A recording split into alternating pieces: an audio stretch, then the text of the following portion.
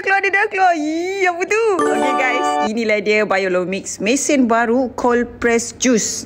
Juicer lah untuk korang buat juice fresh tanpa ada gula, tanpa ada air. So jom Miza tunjuk. Inilah resepi baru Miza. Nanti Miza pun tengah R&D. Senang je cara guna dia, cuma nasihat Miza korang kena potong kecil-kecil lah. Tapi apple boleh sebab dia agak lembut. Jadi senang saja, korang jangan tambah air tau. Sebab blender ni, cold press juice ni, dia memang blend khas untuk buah secara perlahan-lahan. So tak adalah panas sangat blender tu dan menjejaskan khasiat dalam buah tu. Nampak, inilah serat-serat dia akan keluar. Dia asing tau. Ni serat dia dalam satu bekas. And then ini adalah jus dia guys. Nak tapis nanti pun boleh. Cara basuh pun senang. Korang tanggalkan saja semua. Dah masuk ais ini. Tadam! Dah siap. Tak sabar nak minum. Inilah first try Miza. Miza nak rasa guys.